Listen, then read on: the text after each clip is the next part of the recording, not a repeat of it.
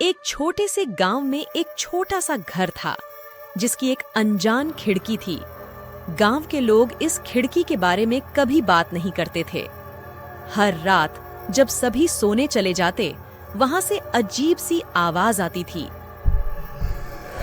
एक दिन गांव का एक युवक नामकरण के लिए अपने परिवार के साथ उस घर में आया। उसने खिड़की को देखा और अपने पिता से पूछा, पिताजी, ये खिड़की क्यों अनजान है? पिता ने उसे देखा और कहा, बेटा, इस खिड़की के पीछे की कहानी काफी रहस्यमय है। नामकरण के बाद वह युवक बार बार उस खिड़की की ओर देखता, उसके पीछे का रहस्य सुलझाने की चाह में। रात को जब सभी सो गए, वह गुमनामी से उस खिड़की के पास गया।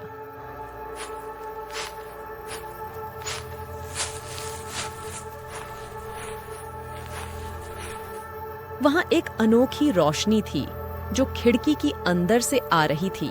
वह धीरे धीरे खिड़की के करीब गया और देखा कि रोशनी का स्रोत खिड़की के अंदर कुछ आईने थे।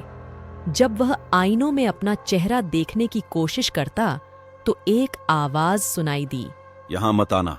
वह डर के मारे लौट आया, लेकिन उसके मन में खिड़की के रहस्य को लेकर बहुत सारे सवाल थे। दिन बीत गया, लेकिन वह युवक खिड़की के रहस्य को भूल नहीं पाया। रोज रात को उसकी नींद का ठीक से आना नहीं था। एक दिन वह फिर से उस घर के पास पहुंचा। इस बार तैयार था रहस्य को सुलझाने के लिए। उसने खिड़की की ओर बढ़ा, लेकिन फिर से वही आवाज सुनाई दी, यहाँ मत आना। उसने सोचा, क्या यह केवल एक डरावनी बात है? उसने अपनी हिम्मत जुटाई और फिर से आवाज की ओर बढ़ा। जब उसने आईनों में अपना चेहरा देखा तो वह एक और आवाज सुनाई दी, तुम्हें यहाँ आने की इजाजत नहीं है। उसने गुस्से में कहा, मुझे जानना है कि यहाँ क्या है। और फिर सब कुछ अचानक अंधेरे में छूट गया। खिड़की बंद हो गई और उस युवक को अपने घर लौटना पड़ा। वह गांव के लोगों के सामने खुलासा नहीं कर पाया।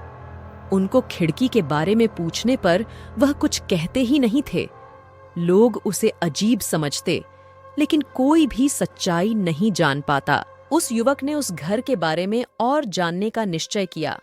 एक रात वह अपने दोस्तों के साथ गांव के पास छुप कर गया।